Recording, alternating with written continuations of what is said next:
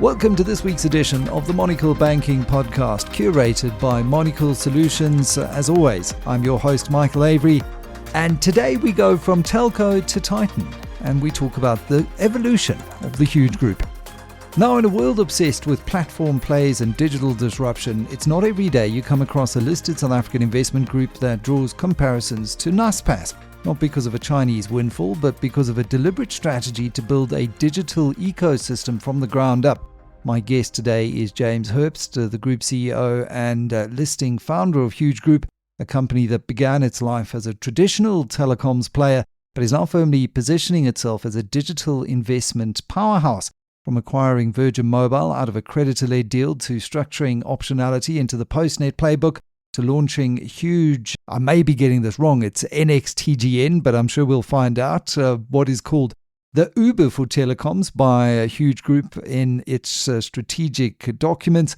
Herbst has quietly been writing a new rulebook for telecoms as an asset class in South Africa. We're going to unpack his journey from CFO to ecosystem architect.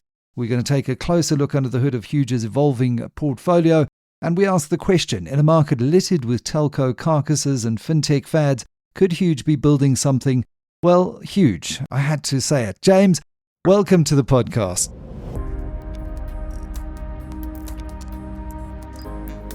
You're not just the CEO of Huge Group, as I said, you're also its listing founder, you're a CFA charter holder. Those are tough to get, those qualifications as CFA. Just take us back to the early 2000s. Firstly, what drew you to telecoms, and why did you see an opportunity in creating a listed investment vehicle back then? I actually didn't start out with much telco interest. It was really from an investment perspective. I had finished my accounting qualification and completed my articles with what was then Coopers and Lyra, today PwC. And then I had the good fortune of joining a top asset management company, portfolio management company at the time, Martin & Company, which then became Fleming JP Morgan. And so the attraction has always been to investments, and I try to lead them. And you typically along your journey, you make good decisions and you make bad decisions. And sometimes as a broker, you stick to brokering transactions, and other times you think you're an investor alongside transactions that you're trying to broker. So my entry into the telco space is almost by default because it comes from an investment foundation. So I was brokering an investment deal. I was won over by the opportunity in the investment deal and decided to invest alongside the parties to whom I was brokering various transactions, and then became a telco operator because of that, not necessarily out of choice. And then over the time period, it's been a 2-decade journey. I have come from landing in the telco space to redefining Huge into an investment vehicle, which was always my passion. And that was to focus on investments and a wide portfolio of investments rather than just a narrow telco interest. So that's a little bit of my journey in the last 2 decades. Huge is a passion. My partner and I, Zach van der Merwe, who's the former CEO of Virgin Mobile, him and I often say, when we're talking to people about the opportunity that is presented in Huge, is that Huge is for us probably what golf is for Tiger Woods. We're up there every day hitting our 1,000, 2,000, 5,000 golf balls, and it's not work. We enjoy what we're doing. We're passionate about what we're doing, and if you love what you do, you don't do a day's work in your life. So that's my journey. It's a passion. And often when you're building that passion, you have ups and downs and twists and turns and maybe disagreements with board members over strategy. I know a couple of years ago there was a fairly high-profile fallout over strategy, and we'll get to that. But just talk to me firstly about the model of telcos from an investment perspective and taking that lens that you mentioned about taking an investment-led approach first and then discovering telcos afterwards. Sometimes they don't enjoy telcos some of the limelight that you see with things like AI and crypto and things that grab the headlines, but they often enjoy subscription-based models, telcos. They've got mobile contracts, you've got fiber services, enterprise data. It generates highly predictable, almost annuity-like cash flows, and churn is relatively low. What is it about the model that you really found attractive in those early years? Michael, exactly the points that you raised there. These are recurring revenues that compound.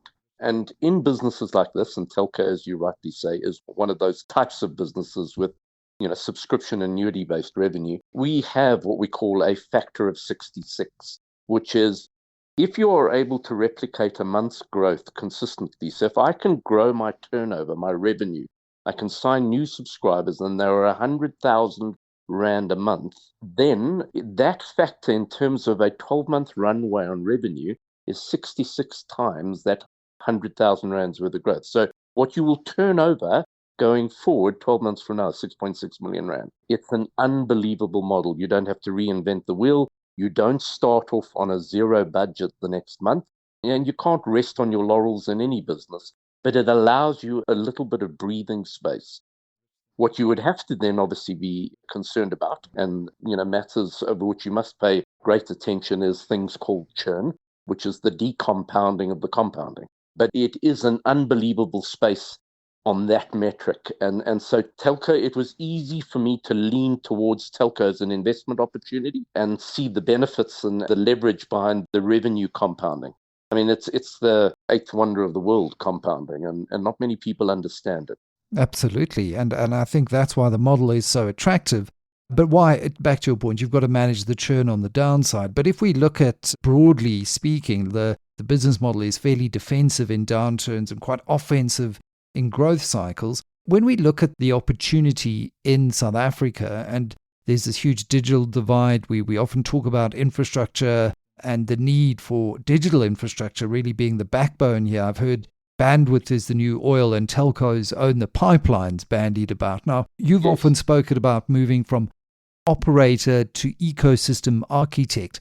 What does that mean in practice? And, in the broader digital infrastructure landscape, how would you define Huge Group and the value it plays, or the role that it plays and the value it adds in that ecosystem? The point you make here, Michael, is exactly the point at which we find ourselves today. And it's an inflection point. So one's got to distinguish between telco, connectivity, infrastructure, and then enablement. Yes. So it's a new category of opportunity, this point of enablement. And that is something for which we've been looking for a very, very long time. Much like if you take back 25 years ago in the investment business, and I was a portfolio manager and an analyst at the same time. One of the companies that they gave to me as a junior to look at, because it was just completely ignored, was Nasionale Pass. And you have a traditional old business that is going through very challenging times and then is able to inflect. And I've often reflected back on the Naspers story, which I completely missed, but I've reflected back on it saying, well, where is the next opportunity? And over a 25-year career, later part of my career, now the last 25 years, is I've seen a lot of these opportunities appear. And I've tried to categorize them over time. What is the opportunity? What is this opportunity? And put a label to it. And it's taken me 25 years to put a label to some of the unicorns out there. And the label is enablement. So if you look back over the last 25 years and some of the exciting opportunities that have come to the market, what are they really? How would you define them? So let's take Tencent and instant messaging platforms. What did they do? They enabled. Look at Uber. What did it do? It enabled. And the list goes on and on and on. I can give you many examples. If you look at Microsoft, and this is going back years now, it's an enablement. If you look at the internet, it's an enablement. So it is about enabling things. And it's taken me 25 years to put a label onto what I ought to be looking at, which is I need to find something in the enablement space. Now, that is quite distinct from looking for opportunities in the infrastructure space, in the telco infrastructure space, in the connectivity space. Right. Where we sit 35, 40 years after the advent of mobile is it is now just simply a commodity, and where it is dominated by some, certainly in South Africa, by some very significant players, where trying to make money out of the commodity is becoming more and more difficult and more challenging. So that is what Huge Group has faced as an investment vehicle in the last 10 years in the investments in which it has found itself, is we have found ourselves not in enablement, but in connectivity and telco. And we have been on the search for something that fits into this box of enablement. And we got lucky, to be honest. Yes, there's some hard work behind it. There's some passion, there's diligence, there's great work ethic. But Virgin Mobile was good fortune in the sense that it had a tier one telco platform, seen by the whole world as a telco platform, but seen differently through different eyes, which is what we were able to do, is we saw it as an enablement platform. And the questions then that arose or were posed in looking at the Virgin Mobile tech platform as an enablement strategy, those questions posed and the answers to those questions put us firmly on a strategy of enablement. And I think we're sitting at a point now where we are keenly placed to be another Uber. Much like Naspers would have been keenly placed by making an investment in Tencent to be the wonder share on the JSE. One's got to be able to identify that. So this is an opportunity to talk to that point with somebody like yourself and to say, the stakeholders, investors out there, maybe we're onto something. So what is it that makes Virgin Mobile an enablement platform? Because we've seen the emergence of mobile virtual network operators and platform models. What is it about this opportunity that ticks that enablement box for you? It is centered and founded on the principle of connecting parties and in sharing value. So the easiest example to understand, which is an example I often use, my partner, Zach van der Merwe, uses the Apple App Store as an example. And if we have time, I'll touch on that as an example as well. But let's go to the Uber example. So in the Uber example, what do you have at the center of the idea? You have a tech platform. You have a platform that at a technological level can do certain things. But it's more than that philosophically. It is the philosophy of trying to connect parties that ordinarily wouldn't be able to connect, bar, let's say, significant investment. So in the Uber example, you've got a whole lot of people, we call them drivers, that have motor vehicles that would aspire to becoming car hire companies. But everybody knows that if you want to be a decent car hire company, you've got to have scale. So Europcar, Avis, etc., etc. And those businesses take a hell of a long time to build. You've got to spend a lot of money in marketing and advertising. The point is scale, and not every Tom, Dick, and Harry can enter that space and build a car hire company. Okay. On the other side, of the equation is you've got riders, you and me, who just want to be able to get into a vehicle for a moment in time. We don't want to hire the vehicle for 3 or 4 or 5 days or a month. We just want to get in and we want to go from A to B. And what does the Uber app do? It enables, it connects drivers to riders. And in that whole scenario, creates a completely new business, and a very profitable business. I think it's been quoted in investment articles by investment commentators that I think at one point in time, and it may still be the case today, that Uber, the market capitalization of Uber at one point in time, was equal to the market capitalization of the top 6 car hire companies in the world. Yeah. And what was it? I mean, quite frankly, it was a philosophy. It was a philosophy of enablement, i.e., we are going to enable and we're going to connect drivers to riders. And all we're going to do is we're going to use a technology platform to do it. Now, that technology platform, yes, it cost a lot of money in the day.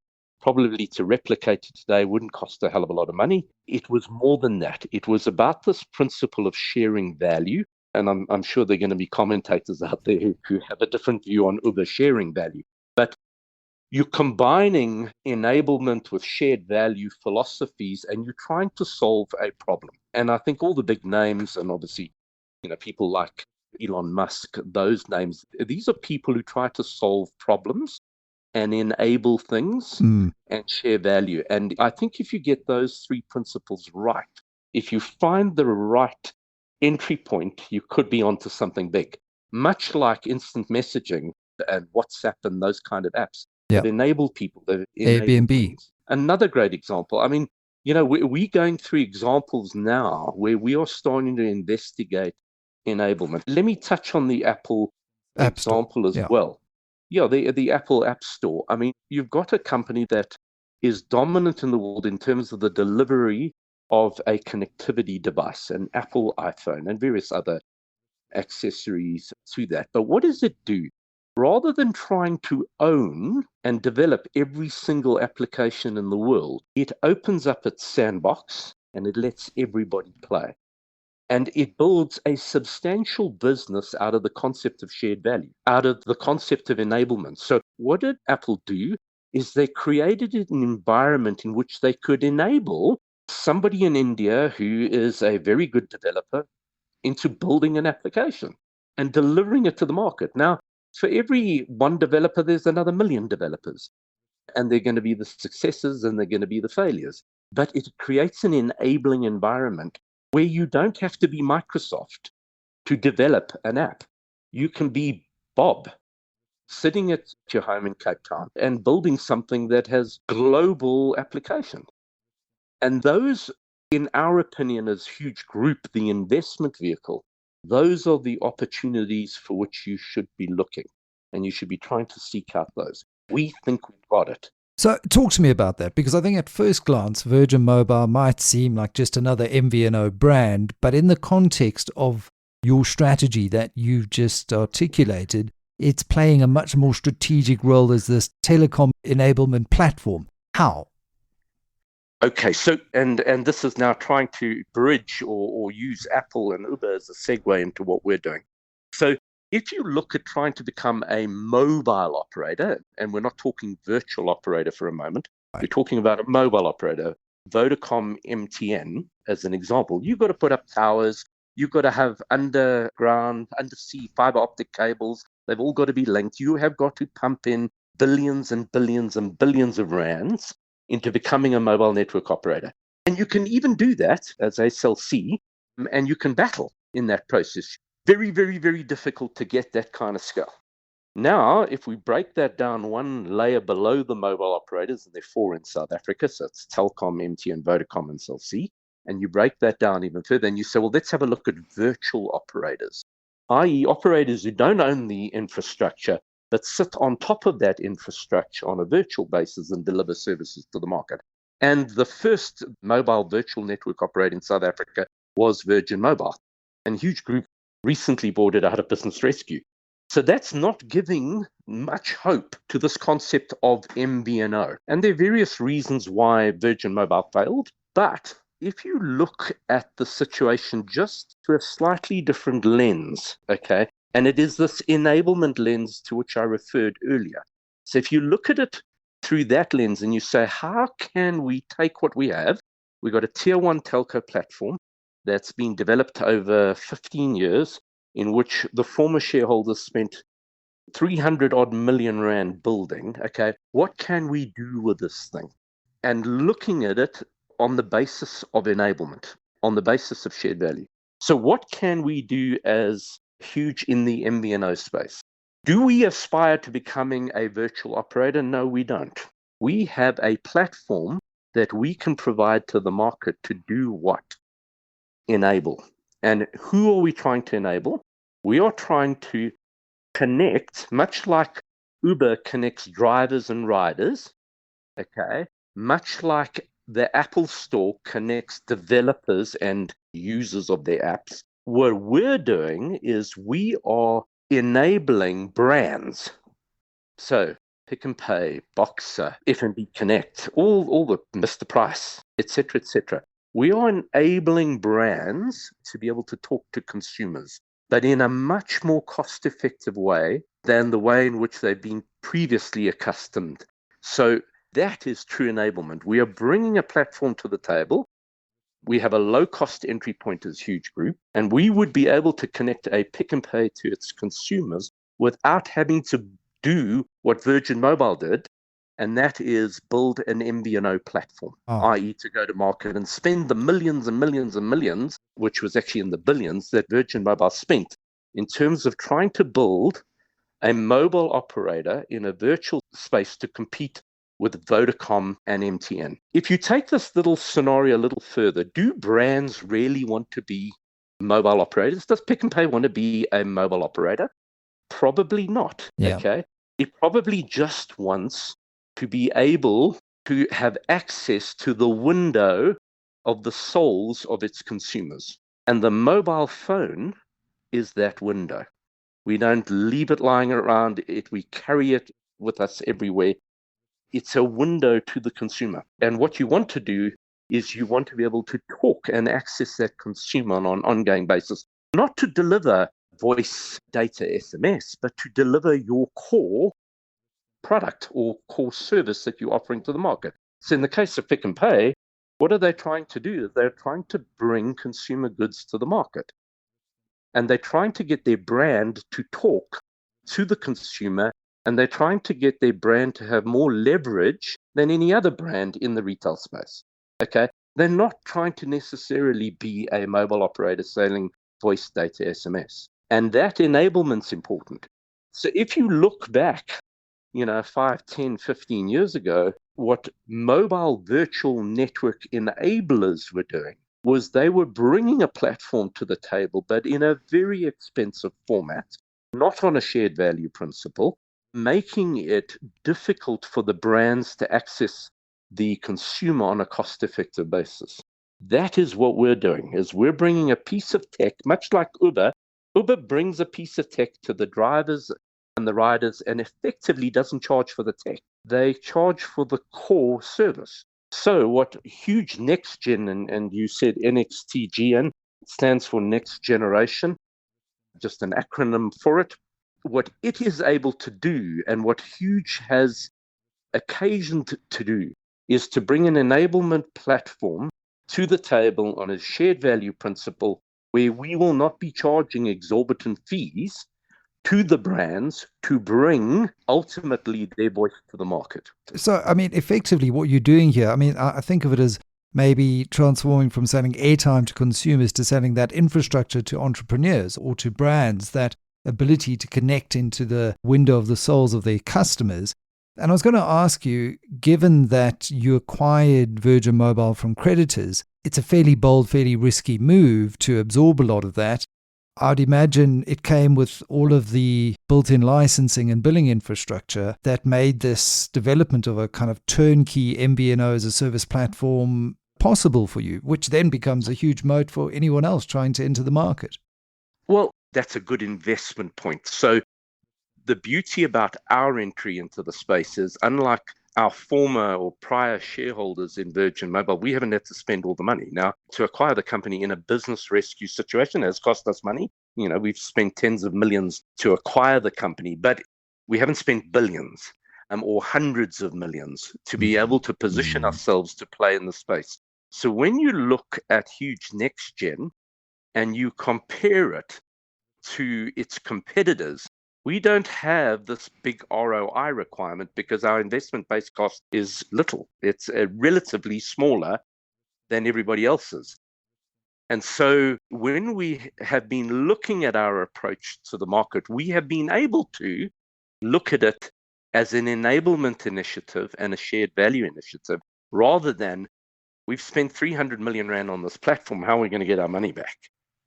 Yeah. And so we've entered the space at the right time, in the right format. And we've been fortunate to get our timing right, because if you go back on, this mobile virtual network operator journey, when Virgin Mobile first entered the market, to try and get a virtual operator over the line took a presidential intervention. Nelson Mandela got involved to be able to ultimately give Virgin Mobile an entry into the market. If you look at the last 3 years, the regulator, ICASA, Independent Communication Authority of South Africa, has opened up and actually legislated that the big mobile operators have to open up their networks to virtual operators, to companies and enterprises and organizations that aspire to playing in the mobile space. And so that's changed. So what's happened is, if you look at supply and demand, there's a great demand for mobile utilities, but there's even a greater demand for traditional calls, product and services. And if you look at that, if you can create an enablement mechanism, you can create a whole new market. So it is not impossible, okay, that huge NXTGN is the next Uber. It's not impossible. What we've got to do is we've got to keep to our core principles, and that is we must seek to enable, we must seek to put people together, things together, and we must do it on a shared value basis where we don't get greedy. And I think we've got those principles right. And if you get them right, I think you place yourself in a better position to become the next Airbnb, the next Uber. We're no different from any of those companies because what do they have? They have a piece of tech. James, I've got to come back to obviously what happened in 2022, that very high profile resignation that caught you by surprise of three top directors, including your chairman at the time, Duarte De Silva, and fellow directors Brian Armstrong and Craig Lyons. They're all three very highly respected businessmen in South Africa. Was it just over a differing view on strategy? What was the reason? And maybe you could just elaborate on that period and how that departure of those directors has influenced your structure and your strategic planning going forward. Yes, if we just go back to that point in time, three directors resigned on a day following a board meeting.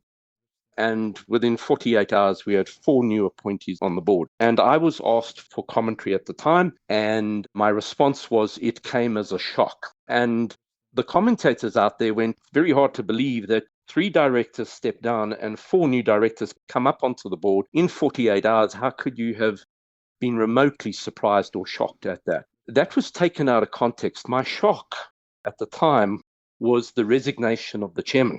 What had happened in the months that preceded those resignations is that we had made commitments to our funders, our original funders at the time, debt funders, that we would bring more diversity to the board of Huge Group and bring more people of color onto the board rather than, white males in the 45 to 55 age category. Yeah. It was a commitment that we made and it was hard coded. We're a small company, and at the time, we didn't have the luxury of bringing more people on at additional cost. But given the pressures for diversity, we solicited the resignations at the time of two directors. The shareholder body representing 50% of the company, following engagement with myself as the chief executive, then approached the board saying, could we have volunteers? And obviously not Mr. Vincent Makolo, because he's a person of color and we needed him to stay. But without talking to it explicitly, we were effectively asking our white contemporaries, particularly male, to consider stepping down, whereupon we could bring two people of color onto the board, which we did. And that is Mr. Veron Cathan and Mr. Conway Williams that we brought onto the board, which was the diversity obligations to which we had committed years back. Dr. De Silva's resignation came as a complete shock to me. We spent hours and days together on strategy, on looking at things like enablement, shared value, etc., many times over wonderful bottles of wine, and trying to work out from an investment perspective where Huge Group was going to play. Taking into account that we're not a NASPAS that has hundreds of millions of rand on its balance sheet available to spend. Yeah. So we have to choose very, very wisely. But those were the circumstances at the time. And the strategy to which I refer when I say there was a difference in strategy, was not go-to-market strategy. It was the strategy of diversification on our board. Is what was our strategic intent? To what had we committed? And we had committed to bringing diversity. And that is the reason why we solicited at the time two resignations. We didn't expect a third.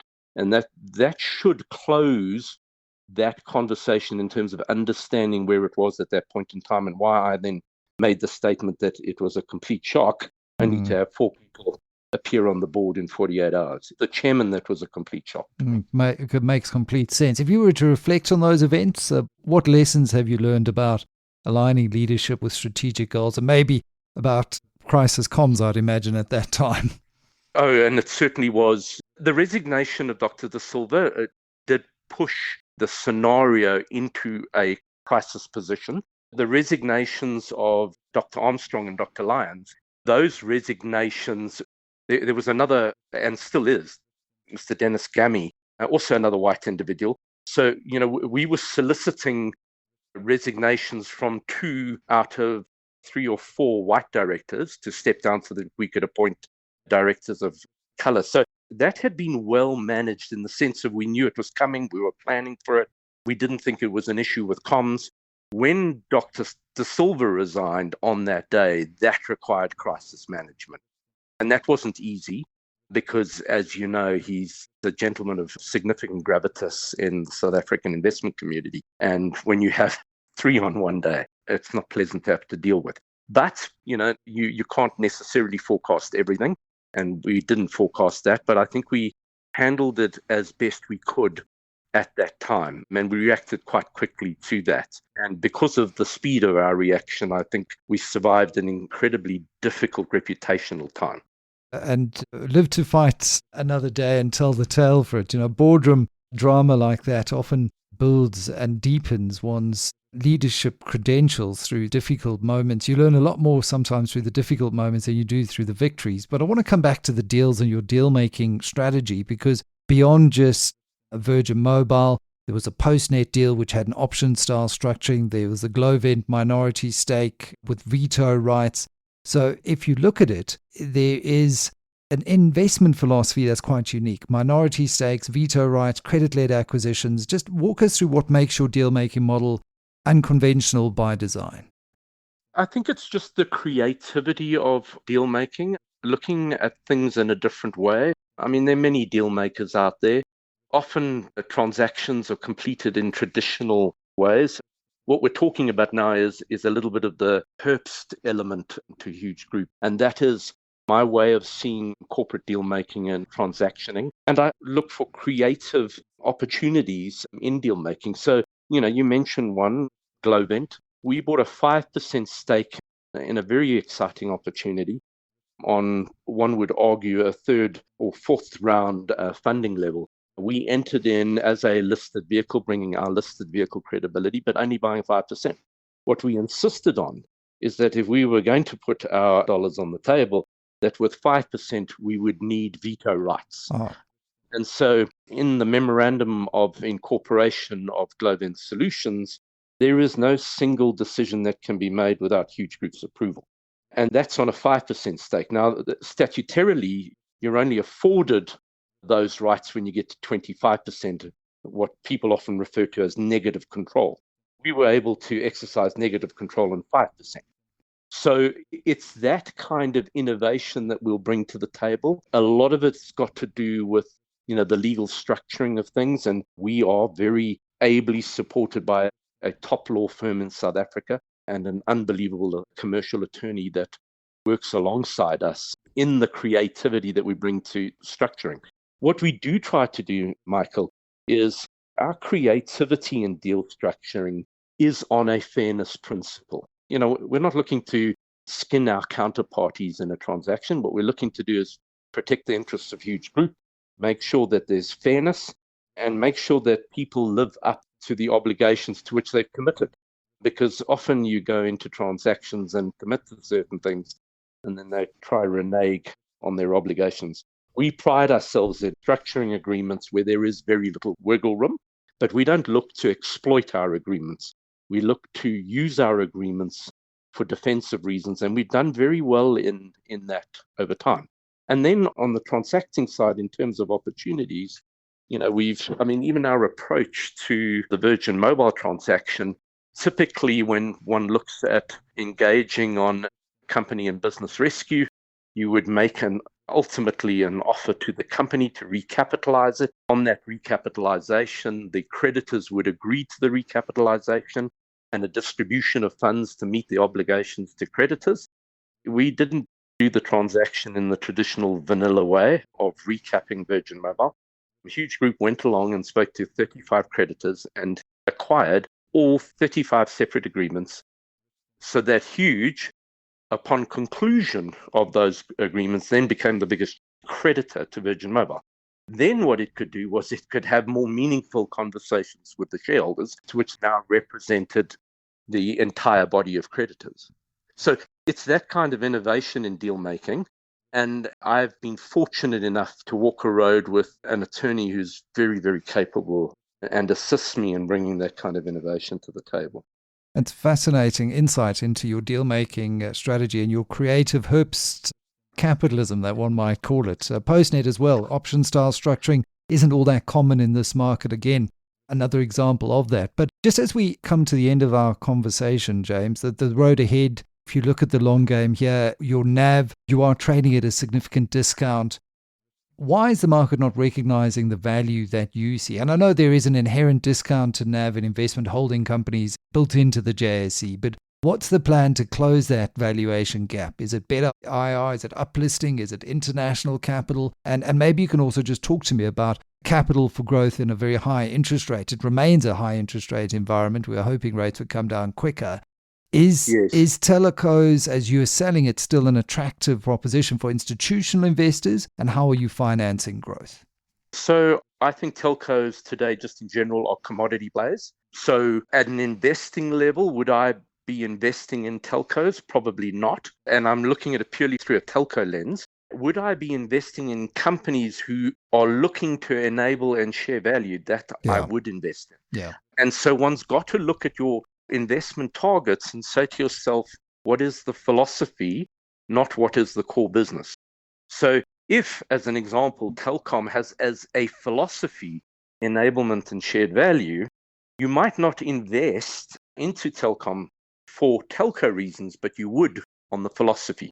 And so that's where I would be positioning telco investments. I would look very carefully at the strategy and the philosophy that they hold on to. And then your comment about the interest rate environment, I think, Michael, you and I are probably, I seem to think I'm slightly older than you, but we come from, an era I remember in the 90s where interest rates, I think they got to 24, 25%. Yeah. So I've largely over the last 2 decades in my career enjoyed what I would call relatively lower interest rates and have become accustomed to operating in an interest rate environment where prime is somewhere between 9 and 12, having come from an era where, prime was 18, 20, 22. What would create a lot more opportunities if you sat with interest rates, a cost of debt capital that was in the low single digits, 4, 5. I mean, if you had that kind of interest rate environment, you've got all the grease in the world to grease the wheels and get the economy going. Certainly, I think a lower interest rate environment is what we should all be aspiring to. And then on the plan to close that valuation gap, maybe you could just talk to what the next 5 years look like for Huge, because you've called this this coming of age, really trying to educate the market and investors that you're building an enablement company and a platform that we've just discussed. Are we talking more scale, more vertical integration, or maybe a listing offshore? What's the next 5 years for you? I think one's got to have a look at the South African market. And when you look at Huge, you've got to look at other investment destinations similar to Huge. So if you look at small capitalization companies in South Africa, just generally, and forget about pinpointing Huge, there are tens of companies that have been absolutely decimated, where the market is not giving them the attention that they deserve, and where they're not getting the ratings and the valuations that are ultimately on book. And that is because we got an investment problem in South Africa at a very principled level. So, and that's a whole nother debate, Michael, in terms of the way I see the investment market in South Africa, particularly around tax. And if we have an opportunity to talk again, then I would unpack that for you. But in that scenario, what you're not getting is you're not getting capital put to work in the smaller companies. Okay. And so small caps in South Africa are completely ignored. And what do we do about that? Well, it's largely outside our control. What you've got to be able to do is you've got to be able to be the next Uber. So if we're going to grow at, even if we were generous on our core businesses and say we could grow the earnings or the EBITDA or the cash flows in those businesses for the next 5 years by 20%, would that be good enough to see a share price reversion? I don't think it would. I think we're in a small cap doldrum, and for how long, I don't know. You'll need an inflection point. We believe Huge NXTGN is that inflection point. And so that's where we are focused, and it's on that which we're placing proper attention, and that could fix it. Over and above that, one's got to look at this whole equation of forget about the fundamental value or fundamental investing. There's also supply and demand or technical investing. And it really, huge group as an investment vehicle like any other small cap, we suffer from a position of supply exceeds demand. And in good old economics 101, if supply exceeds demand, price goes down. So you need an inflection where demand exceeds price. Now, in order to get that demand to rise above the supply side equation, you're going to need something exciting and with less risk. So hard at work, trying to position ourselves around NXTGN and to market NXTGN in the right kind of way that the investor sees that opportunity. Once they see that opportunity, then we think it's a different ball game for us. Absolutely. It becomes a much easier conversation. James Herbst, thank you very much. It really has been interesting looking under the hood of what you're building through your portfolio investment companies. A different pick to the pick that we usually use in financial jargon in South Africa. That was James Herbst, Group CEO of Huge Group and perhaps one of the more quietly contrarian capital allocators operating in South Africa's mid-cap universe. Whether or not the market has caught up with the valuation thesis is obviously still an open question, but I think one thing is clear. Huge isn't betting on yesterday's business models. It's building a platform for tomorrow, one pick at a time. If you enjoyed this episode, be sure to subscribe to the Monocle Banking Podcast wherever you get your audio fix, and don't forget to leave us a review. I'm Michael Avery. Until next time, invest wisely, question deeply, and don't be afraid to look beyond the balance sheet. Take care.